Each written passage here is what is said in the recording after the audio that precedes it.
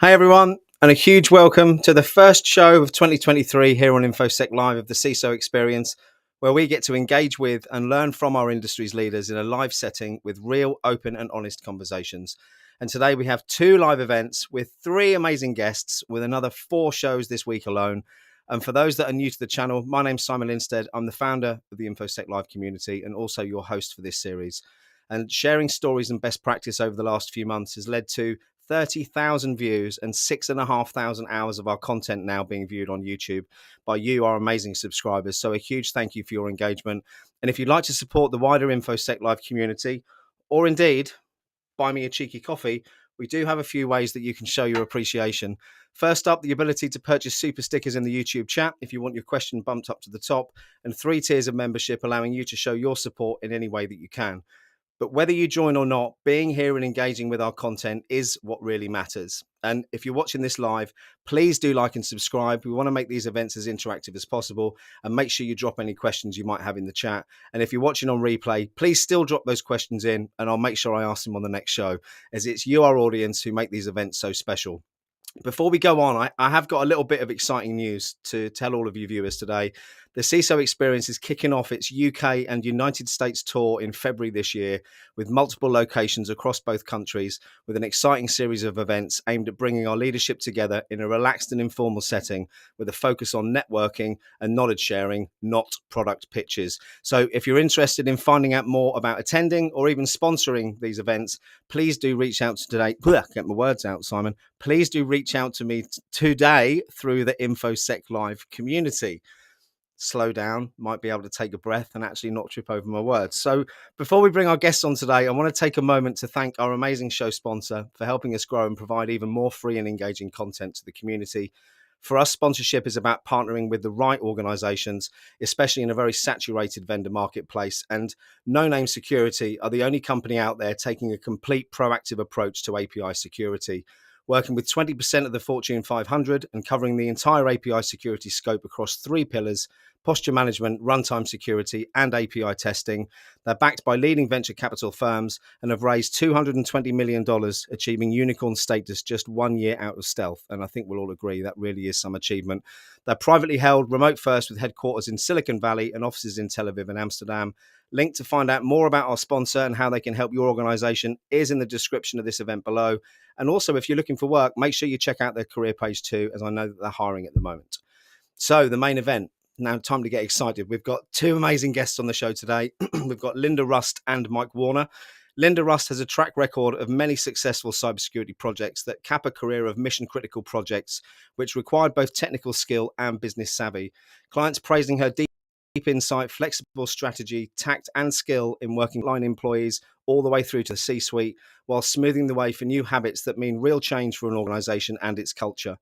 Linda's orchestrated initiatives involving over 50,000 employees, led project teams of over 250 people, and managed budgets of up to $34 million. She also had a career before IT in cybersecurity, like many of us, and her first degree was in agriculture from Cornell University.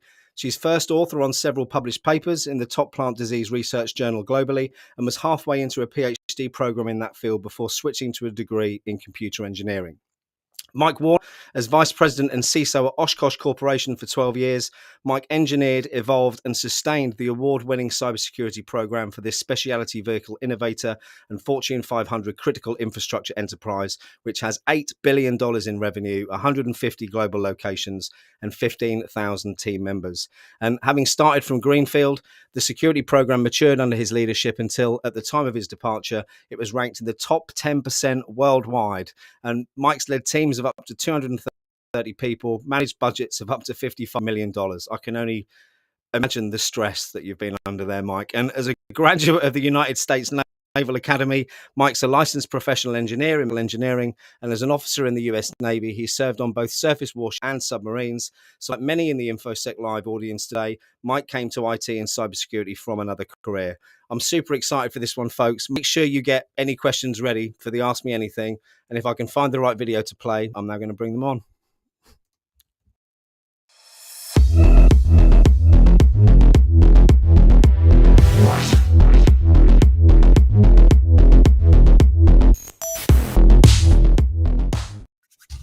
Massive welcome both. Hello, hello. Thank, Hello. thank you very much for taking the time to come on today. Linda, you and I, we go back way back, about 12 months now, which is a long time in my career in cybersecurity. And Mike, we've only recently just met. So I'm super looking forward to digging into both of your backgrounds in a bit more detail. And I think I'm going to throw the gauntlet to you first, Mike, and ask you just to give our audience, I know I gave a bit of background, but give our audience a bit more detail around how you ended up in the industry and what your journey's been like. Yeah, happy to, Simon.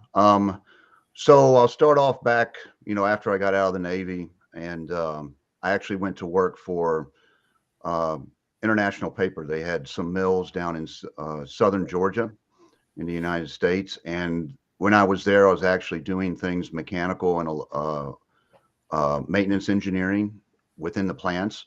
So, working on the SCADA systems, working on the things that help to make the lines run. Had an opportunity to then move into a company that actually manufactured specialty plastics. And it was there when I was actually up there and running a lot of the maintenance and engineering activities at the plant that I got the opportunity to move into and start exploring IT.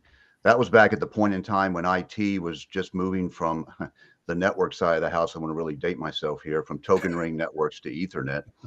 And because that was something new and it was something that fell within the engineering space, that's how I kind of got into that and was able to actually then move in and do IT more of a full time. So I really got into IT on the network side of the house. Then I had the opportunity to go to Oshkosh Corporation and build out their networks as a network architect, the voice, video, data systems across the enterprise, WANs, LANs, all of it. Then, after doing a few leadership roles within the various business segments at Oshkosh Corporation, uh, specifically over at the fire and emergency segment, which built fire trucks and emergency rescue vehicles, I was asked to come back to corporate and start the information security practice from Greenfield. The impetus to that was at the point in time we were starting to see contracts coming in from the Department of Defense, U.S. Department of Defense, that were requiring alignment to NIST 853. So, from that standpoint, we started with myself and two others.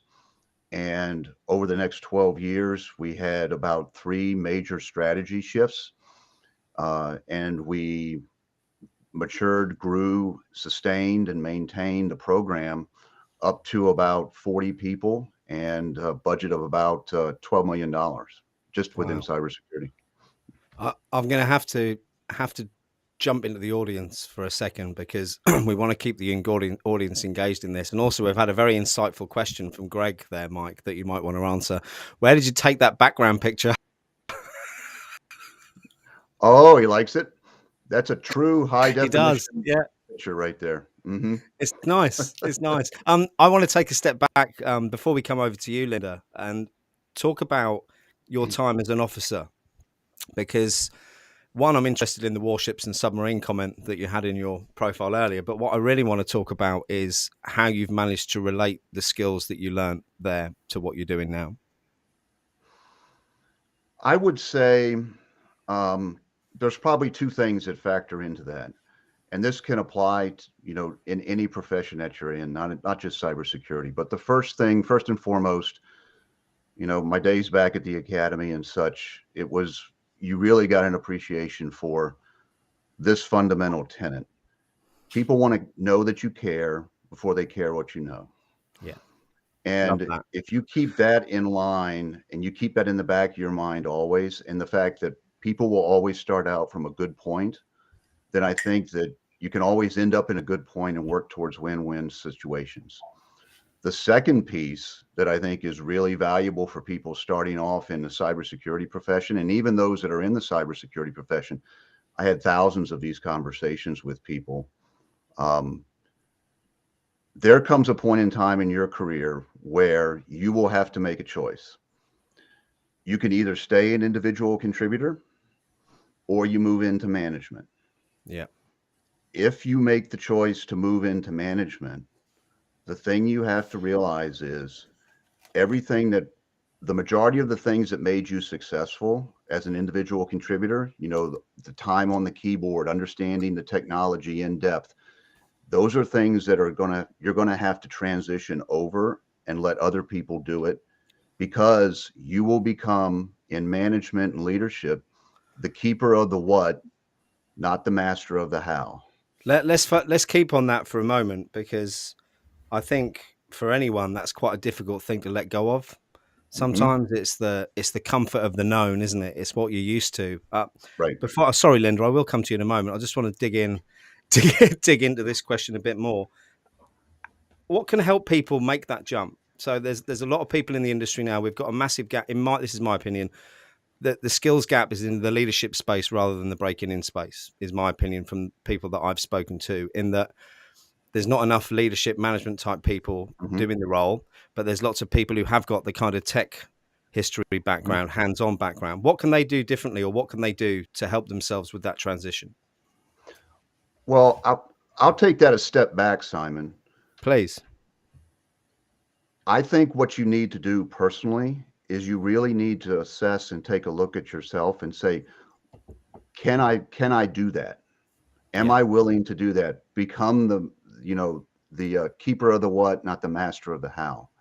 And one of the things I think that's fundamental, and I'll get back and answer your question, but one of the things I think that's fundamental as you're starting off and as you go through companies and as you look at companies, you want to make sure that there are career paths that are set up so that you could stay an individual contributor up to a certain point, but you don't have to make the jump over into a management role just to feel like you still have to be fairly compensated.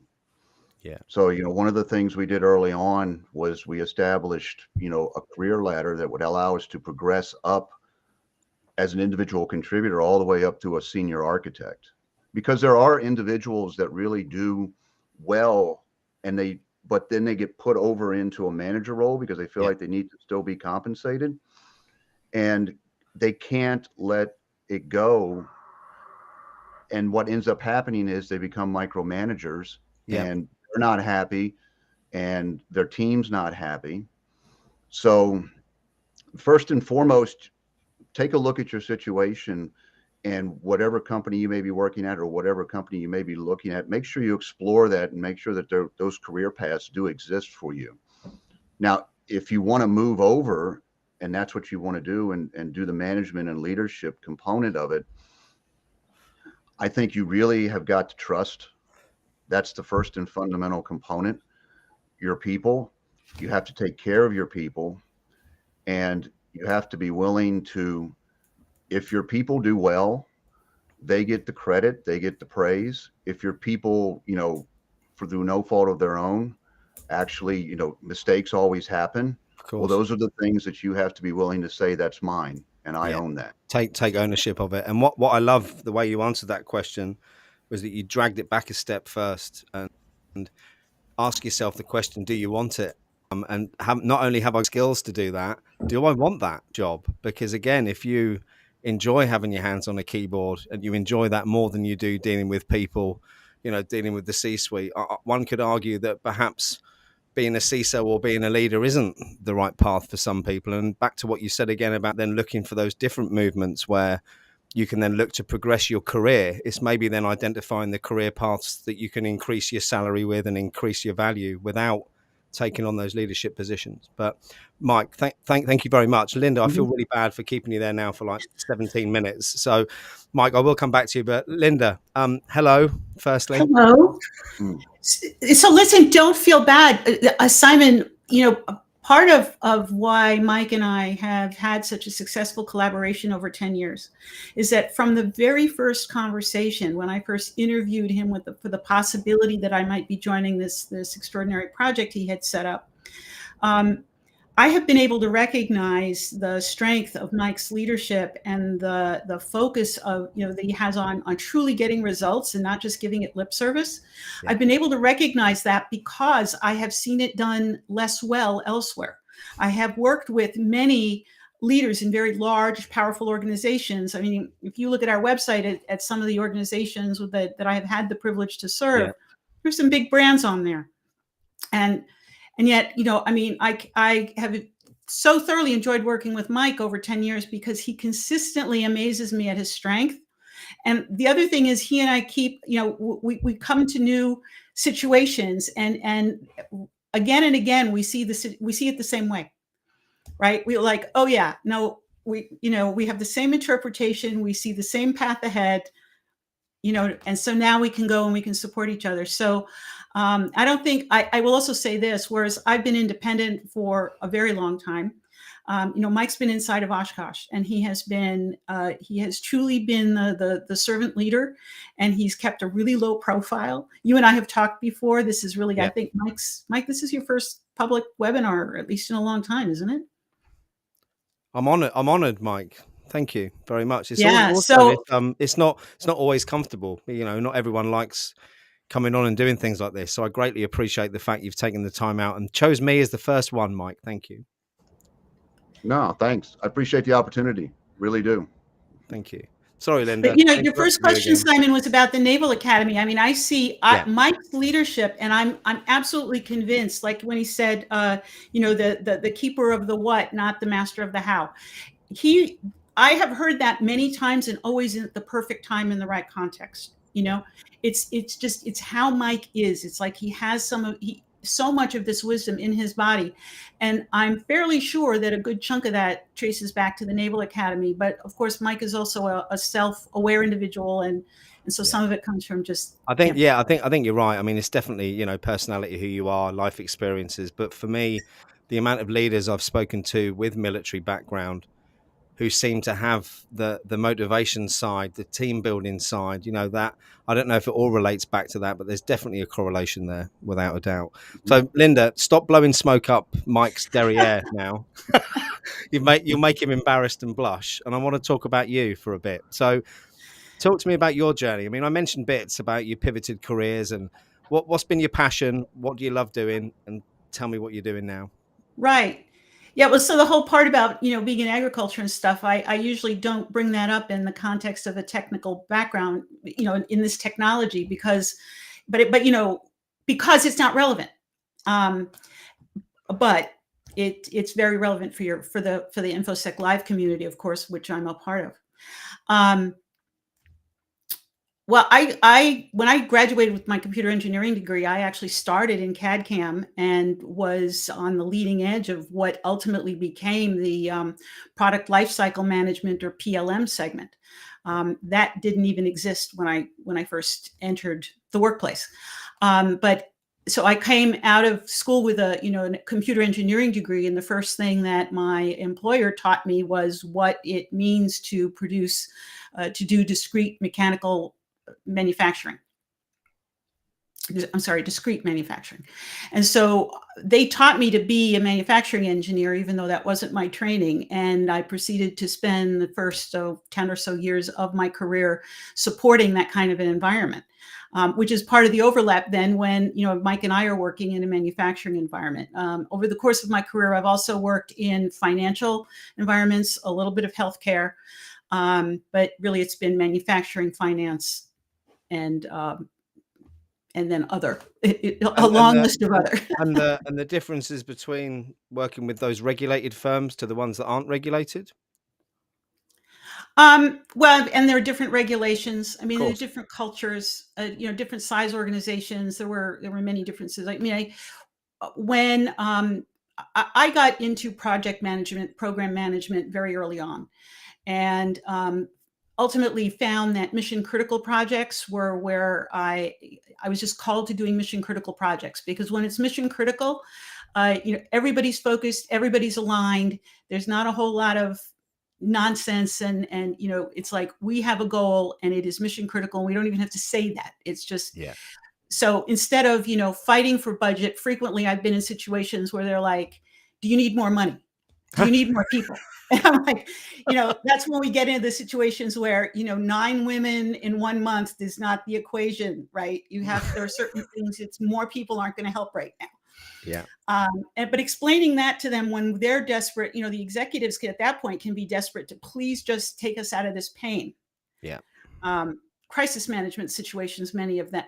They start out as crisis management, but then as soon as you come out of crisis, now it's like, okay, what's the plan for the next 6 to 12 months and so forth. So I did a tremendous amount of that. And it was in seeing the breakdowns that happened in that context that I realized that frequently what was really breaking was the business. The technology was being used to change the business, and nobody was paying attention to how the business needed to change.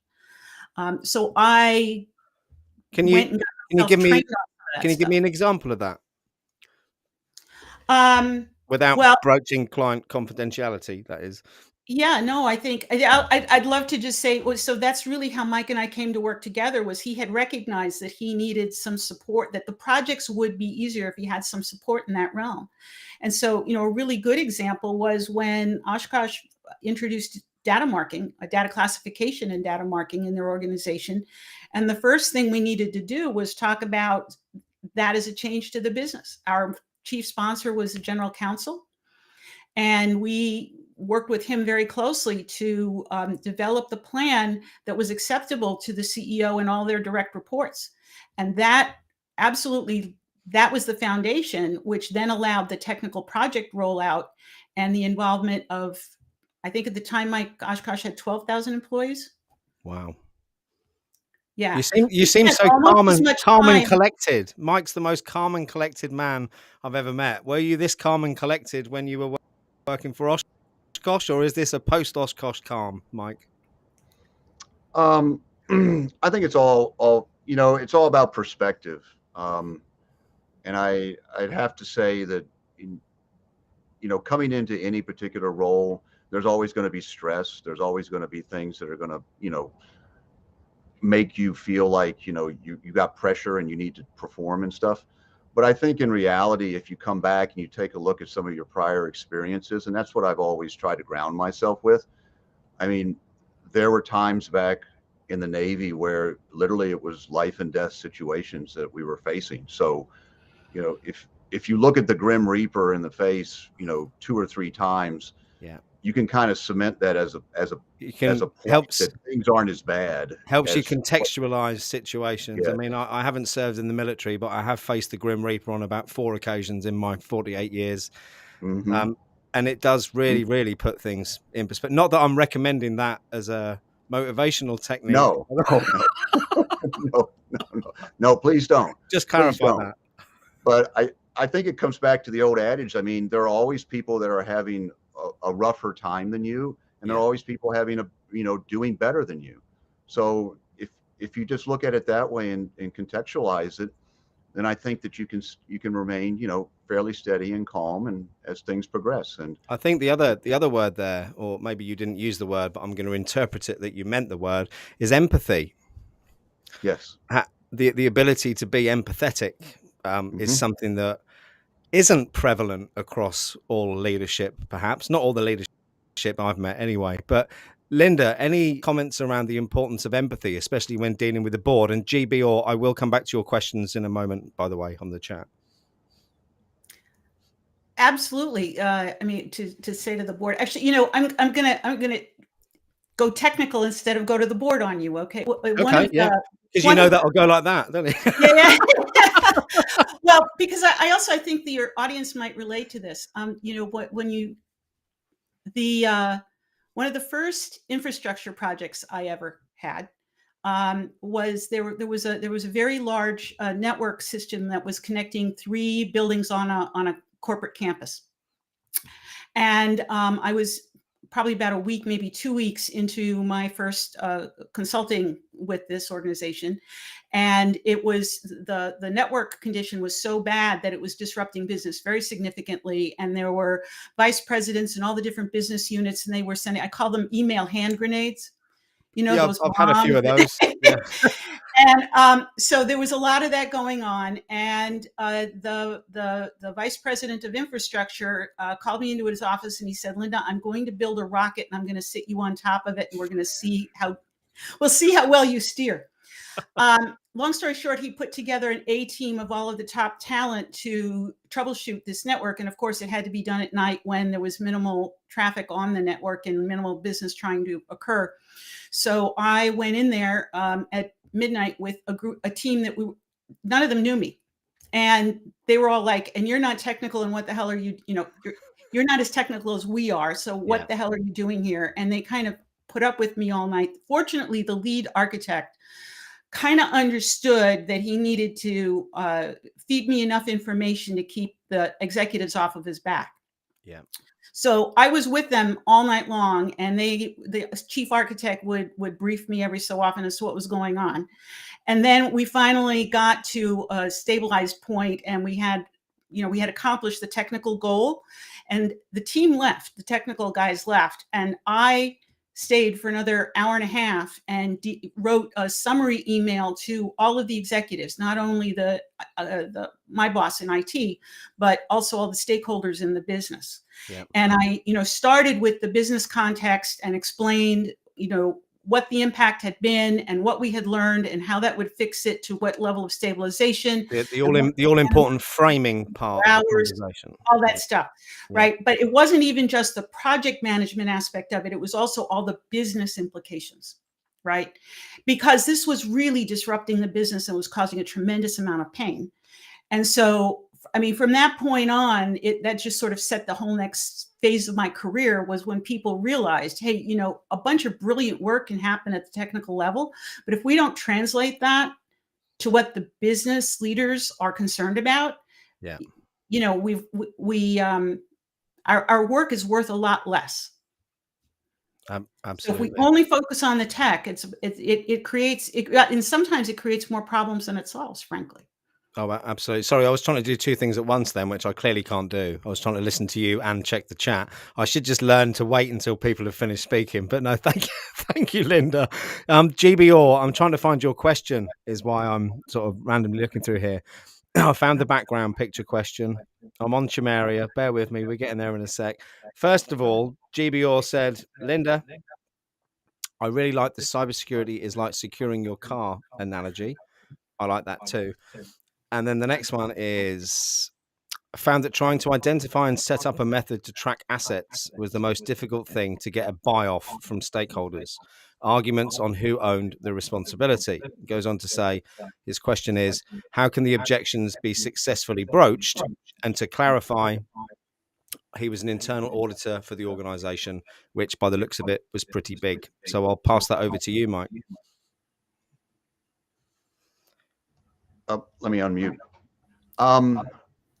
Let me step back. I'll make a general observation, and I don't know if this is the particular company that you're working with would fit into this, but for those companies that were created and incorporated before the internet, there is a very, very set mindset around what are tangible assets and what are intangible assets. And by intangible, I mean data.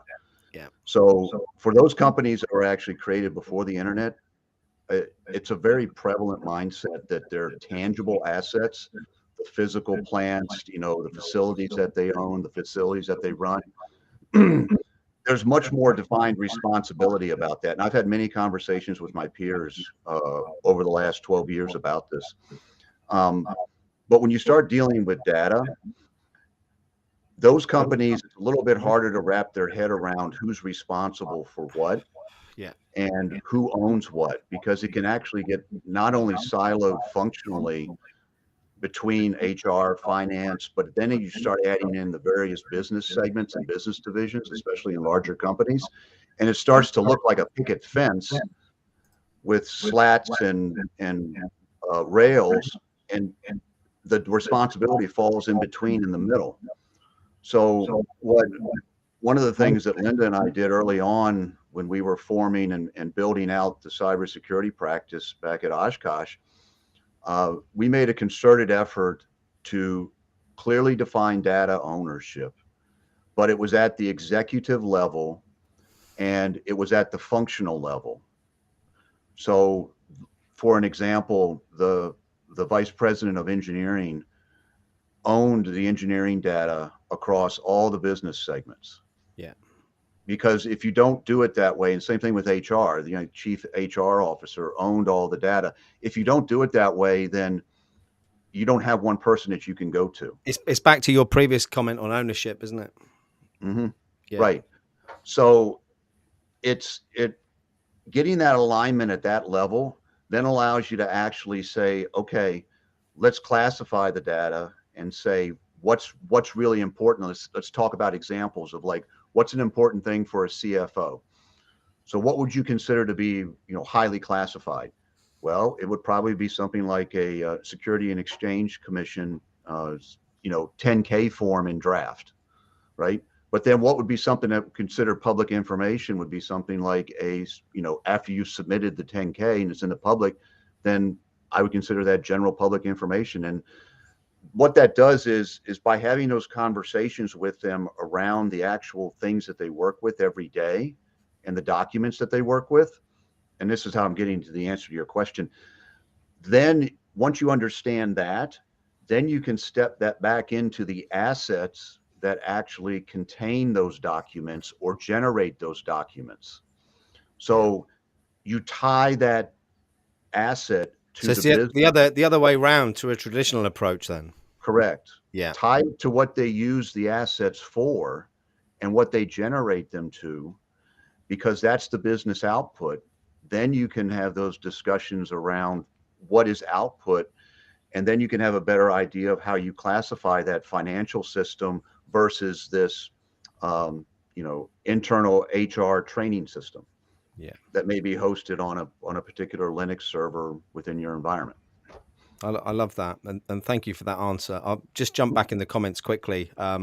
Jay, I'll cover yours off first. It's a crucial one. How many black tops do I own? Actually, it's navy blue. It's just the lighting, and I own 3, so I don't wear the same one every time. The next question, hold on one sec, was from Todd Carino, if he's still on, and it's a question for Mike. Sorry about cutting off your body there, Mike.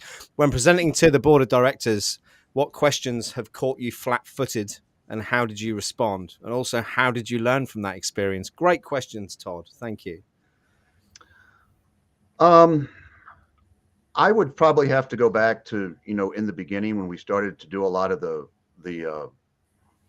when we were first building out the cybersecurity program from a greenfield, there was a lot of discussion that was going on amongst the various C-suite members and then also the board of directors around what does done look like. I think early on in that process, I made some mistakes around going a little bit too technical into some of the presentations. And one of the board members actually had quite a bit of experience within IT, just because IT reported into that individual as a CFO. And he really started to drill down into the technical side of things because he had a recent experience with one of the platforms that was causing some issues. I think that caught me kind of flat-footed, and what it really taught me was, and I was able to kind of stop from going down the proverbial rabbit hole by just saying at that point in time, let me get back to you in the element of time and get you an answer back to that particular question. How about I do it by after the board meeting ends and within, by next Thursday or this Thursday. And he was fine with that. And we went on with that from there. But what I learned from that is when you present to the board, you have to be pithy. And, the default is, and a lot of times when you do presentations, is to put a lot of info in there. And I think there was a famous mathematician that once said, I would have written you a longer letter if I would have had a shorter letter if I would have had the time. Yeah. Right.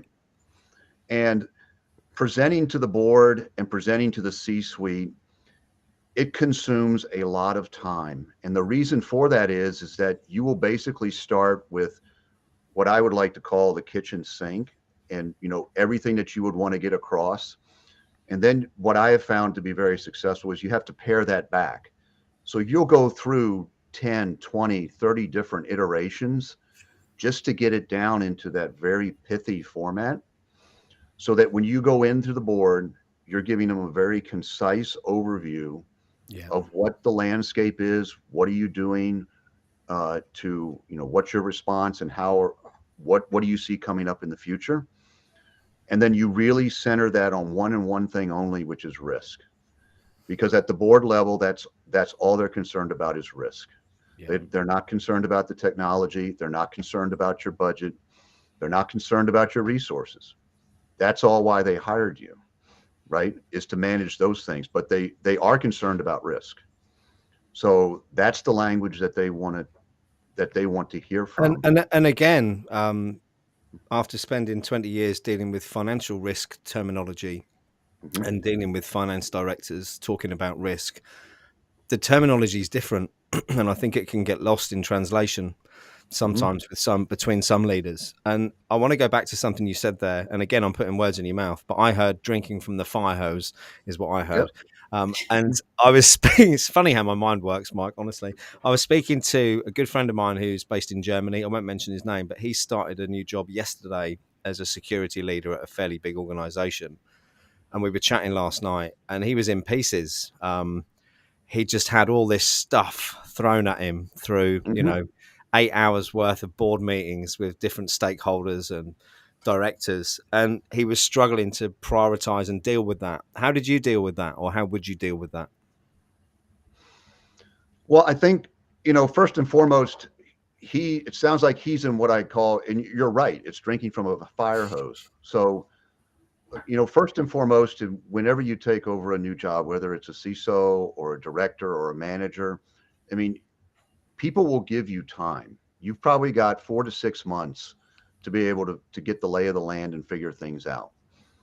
That goes back to, everybody, you need to figure out what all those competing priorities are. So I would approach it just as an information gathering session. I call it a situation appraisal. Yeah, we used to call it a fact find is what I used to call it. Yeah. Right.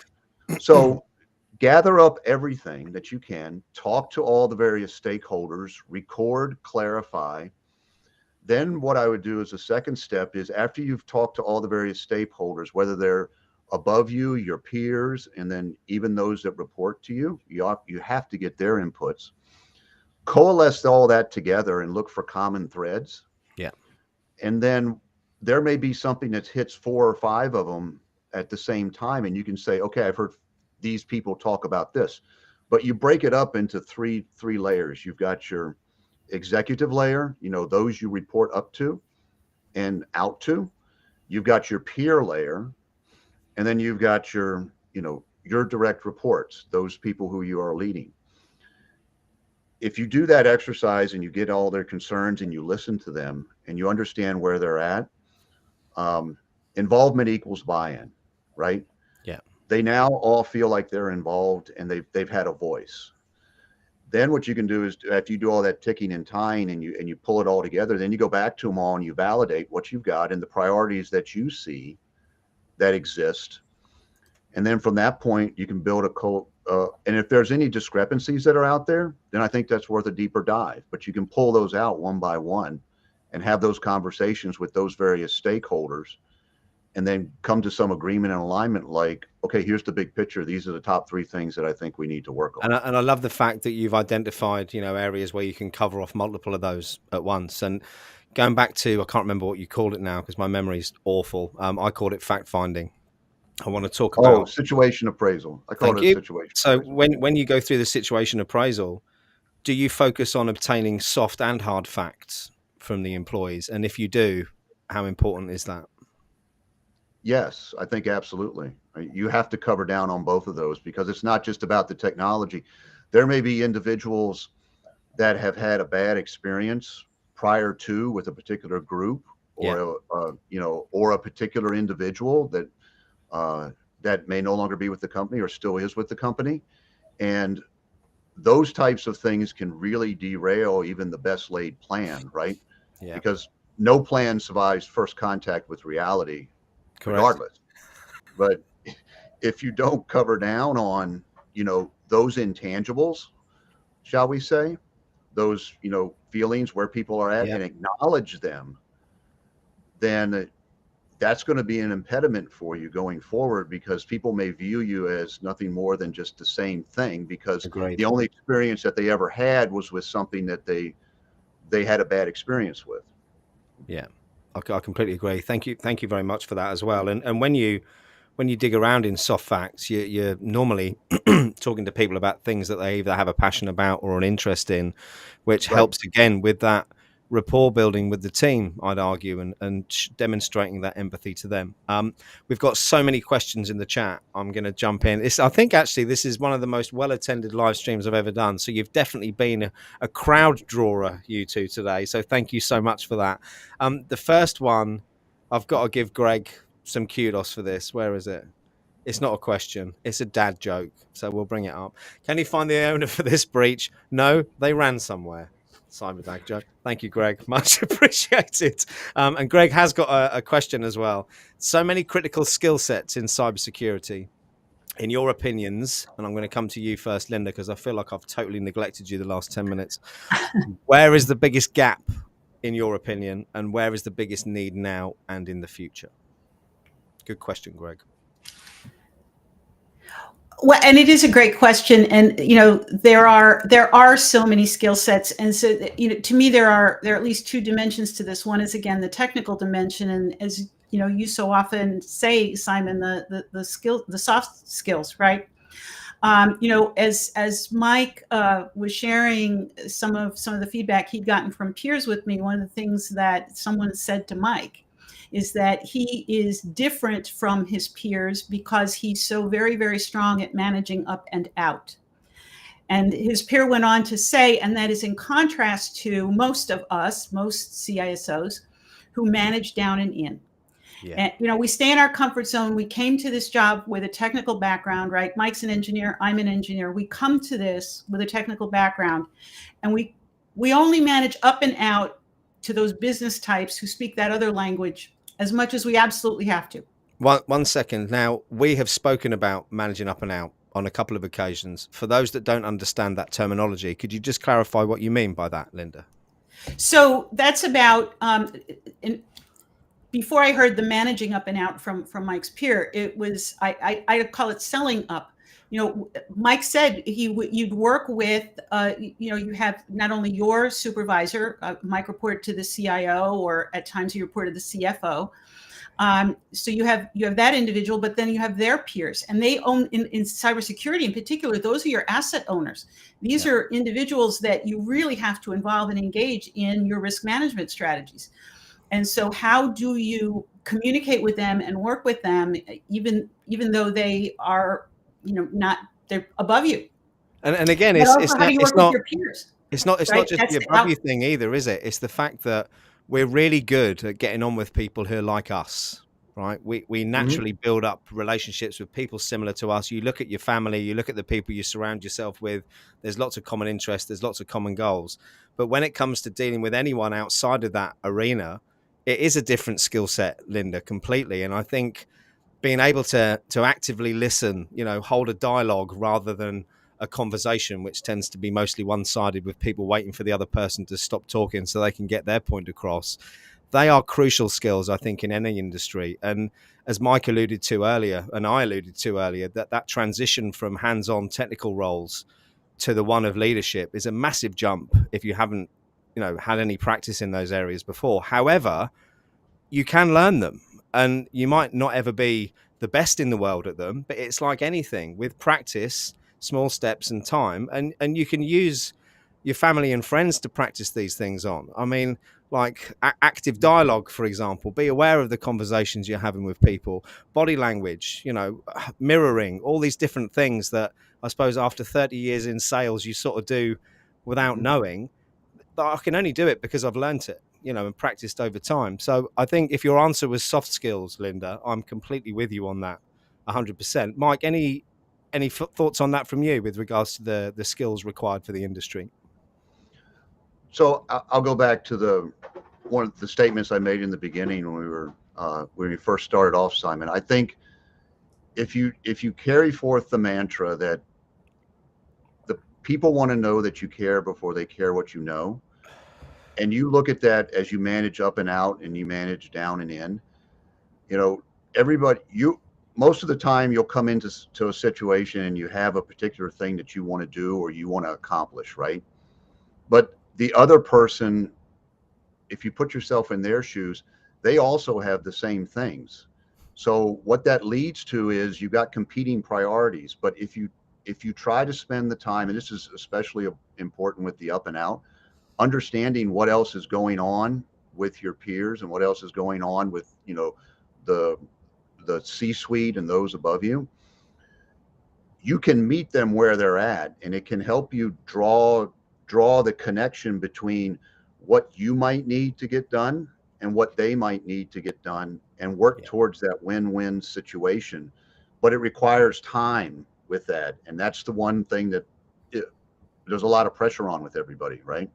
Well, I think in life in general, everyone wants everything yesterday. So yes, exactly. So I think Linda's right. I mean, you've got the business side of it, where how you're going to manage those relationships and build those relationships, because I think building out the relationships, and this applies to any industry or any role that you're in, with your peers, with your you know, those above you, and then those that work for you, is absolutely critical for delivering results. Yeah, because, you know, things get done through people, and through leading people, and through setting things up and positioning things well. But if you don't have the relationships that are really strong and built and solid, then when times get tough, things can get really, really hairy. So I think that's absolutely the first and foremost critical skill set that's needed. On the technical side, with cybersecurity, I would say if anyone's starting off in cybersecurity wanted to know where to start, and they were brand new and they had no technical experience at all, I would say to them, understand how networking works. And by networking, I'm talking about the networks themselves. Yeah, it's the bit I didn't learn when I tried to set OSCP and failed it. Yeah. Hey, you know, did you hit the ball the first time you swung a bat, or no? Right, about the you almost 50th. drowned the first time you tried to swim, right, Simon? Yeah, so that's you right. just keep going and going and going, right? Yeah, it's become more. I mean, I'm never going to be a penetration tester for a job. I think back to what you said earlier. What I didn't do at the start was look at my own skills and where the transferable side was. Right. Now I've had a chance to do that. Whilst I'm not going to be a pen tester, I will pass that bloody exam before I'm 55. So I'm giving myself 7 years just to take the pressure off, but I'll do it. There you go. But the reason I say understanding networks and how ones and zeros move around is and this is my opinion. And, you know, granted, I got into IT through network, and it was I was a prior network architect. Half of information security is understanding that. Yeah. If you can conceptualize in your head how attack vectors can work, you're going to come back to the network path of where are the ones and zeros, the bits and bytes flowing. Yeah. So fundamentally, this is just my opinion. If you can really understand it, you're going to have a leg up on someone who may just have experience, you know, building out Linux boxes or within the Windows servers. Those are all valuable skill sets, but realize the attacker, to get to those systems, has to go through the network. I'd like to make a really unpopular opinion comment now that might annoy people. There aren't any entry-level jobs in cybersecurity when it comes to no IT knowledge. And I think a lot of the problem out there, and I say this on every show, and I'll start naming names at some point, unless it gets a bit litigious, but it's the boot camps out there that tell people, you know, do a course for 6 months and we'll turn you into a cybersecurity expert. Again, you can learn a lot in 6 months. I've learned a lot in the last 3 years, but you cannot learn the fundamentals that you need, I don't think. So again, the whole entry level debate is a difficult one. And again, it's back to framing and perceptions and managing your own expectations as well. And that leads us nicely and seamlessly on to another question we've got here. It wasn't intentional, that, but when applying for information security jobs, would you recommend emailing or sending your documentation of work you've done in your free time or school? So again, this is for people who, excuse me, looking to break in, maybe some hands-on lab experience, or that, you know, they've done some other bits and pieces, or they've done some projects at school. What can they do? Should they be sending that information as well?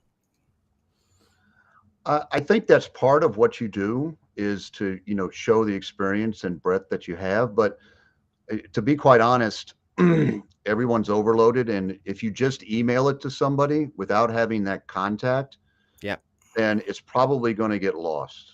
I hate to say it. I mean, obviously, you want to build up your portfolio of what you've done and how you've done it. And you want to make sure that you've got a very clear elevator speech on why you need to make it. Yeah. Something less than a minute, why you're the best fit for that job. But I think you have to preface that with some context. Try to network. Try to find individuals that may work for that company. Use your school network if you're going to school. Yeah. Use your friends. Use your relatives. Use your family. But establish that touch point with someone that you can actually start a conversation with first before you do that, because you got to get a really good idea of what are they looking for. Yeah. Relationship management, if I may, relationship management isn't Please. just about managing relationships up to the C-suite. Relationship management is with your peers and relationships are they're it. And I know, Simon, that you're networking, right? Yeah. But just to build the continuity and to connect the dots of so much of what we're talking about is really the same skill set applied in ever bigger domains. Yeah. Would you?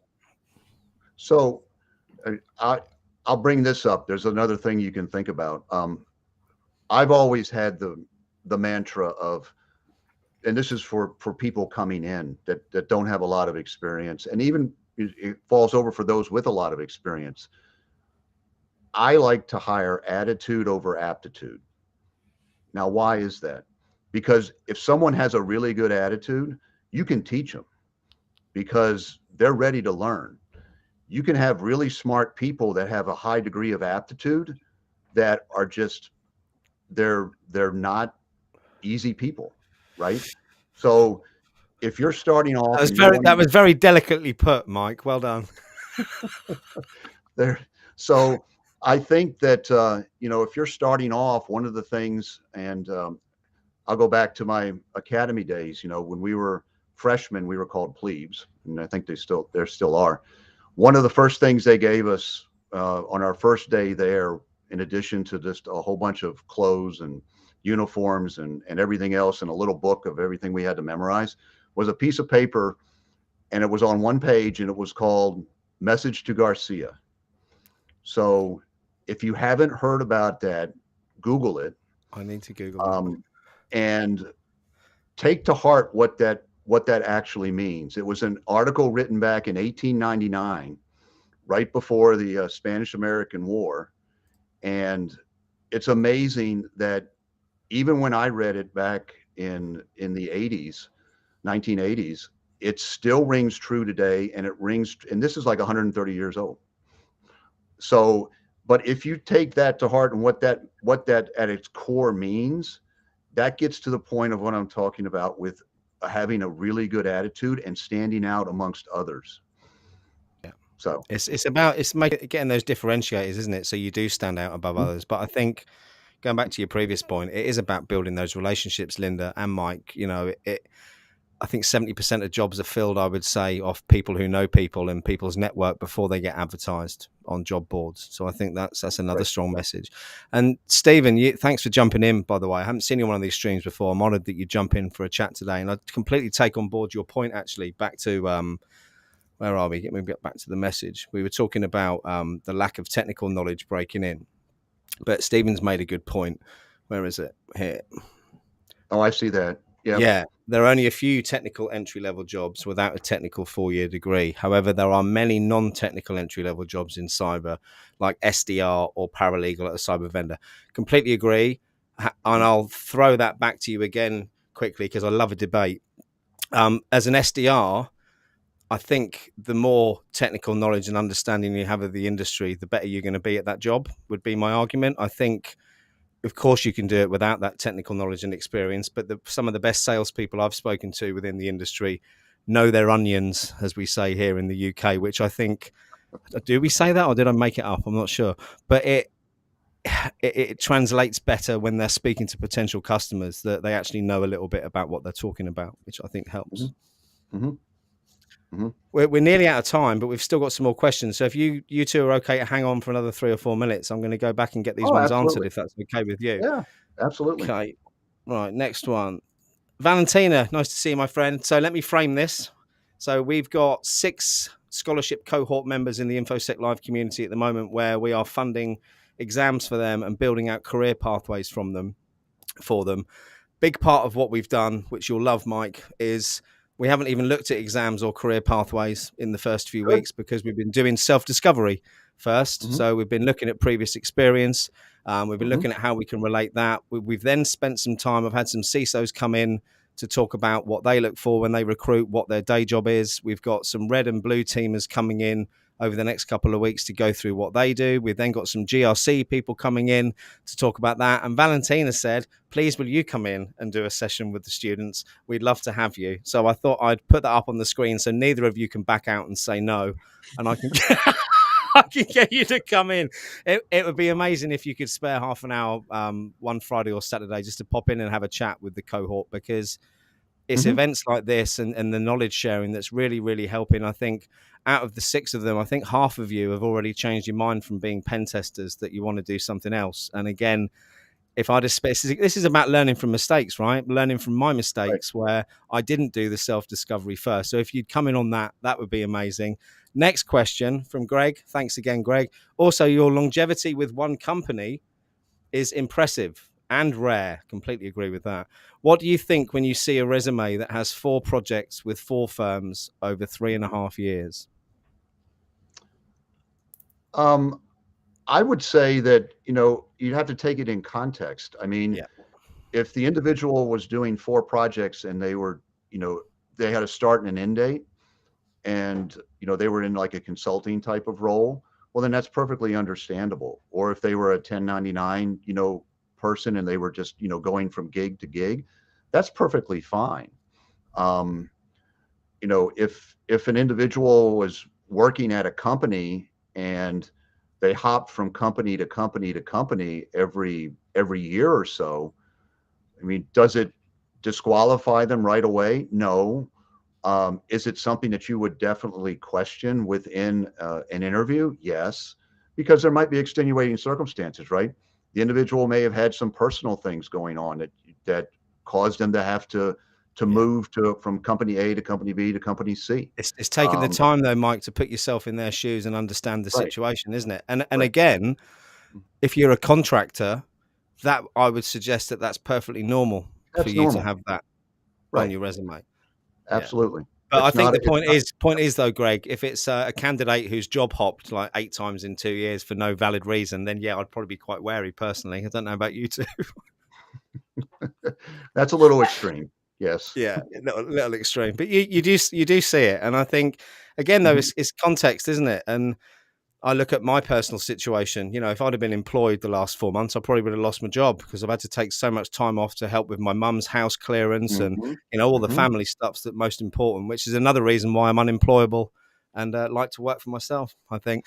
But look, we've run over. I'm rambling on, which is what I tend to do at the end of a live stream. Any words of wisdom and insight from you first, Linda, for all of our audience, or do you want to give? Actually, let me change that. I wanted to dig into what you two are going to be doing moving forward, because you're now working together independently of Oshkosh. And I want to get you both back on to talk about that in more detail. So stay tuned for that one, folks. But as a teaser, could I get you both to give a little bit about what you're doing to excite the audience? We are bringing to market a number of field-tested cybersecurity solutions.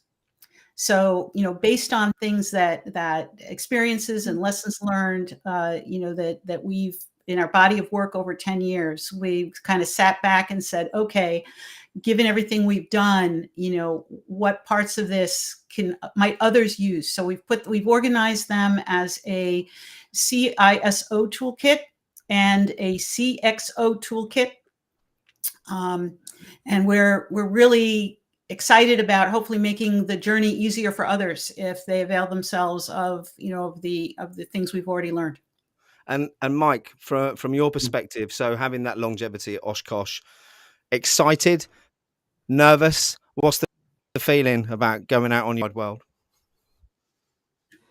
Oh, I'm excited. I think it provides the opportunity to, as Linda said, to help others. And which, I mean, if you look at it, what's a really worthwhile day? It's a day that when you wake up and you can help somebody out or you can learn something new. And I think that it affords both of those. And, we're looking forward to it. I think it's going to, we're all in this fight together. That's the one thing about this profession. The threat actors, they're just getting more and more insidious in how they're actually attacking and coming after us. The regulations are just becoming more and more layered, shall we say? And then the third component of what drives globally complex as Yeah. well. If you're working in an organization, offices right. and fronts in different countries, it's an absolute minefield, isn't it? So if you think about it, the three main drivers of cybersecurity posture and maturity: contractual requirements, regulations, and the threat landscape. I mean, everybody's in that together. So whatever we can do to help out and advance the profession and help others, meet and overcome those three things, and that's what we're looking forward to. Awesome. Mike and Linda, thank you so much. Really, really insightful Thanks, as always, and can't wait to jump on another one. We'll have to arrange one maybe in 2 or 3 weeks' time where we can dig into what you're doing moving forward a little bit, because I know the audience would love that. And I just want to take a moment to say thank you actually to all of the audience today. It's been one of the most engaged sessions we've run. So thanks to the guests for bringing all these people along. And thank you for those of you who've jumped in with the comments and questions. Yes, it really, really does. Yeah, it helps make this more engaged and more interesting and more valuable, I think, for people who are watching. And if you've enjoyed it and you're free in 53 minutes, I'm back in the studio and we're back live for the second episode of the day with another amazing leader, the pioneer of the virtual CISO back in 2003 with Barak Engel. And I'm very, very excited about this conversation too. So if you're around, please jump in. Let's make that interactive as well. If you've enjoyed the content, please do like and subscribe.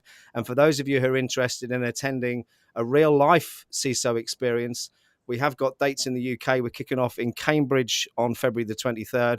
And there's a possibility, Greg, in the audience, that we might be coming to Atlanta, Georgia in February as well. But if not, we'll be coming to New York, Washington, Austin, and Tampa over the next few months to actually start bringing some leaders together in real life to have these engaging conversations. So everyone, thank you so much. Mike, Linda, it's been an absolute pleasure. And I'll speak to you soon. I agree.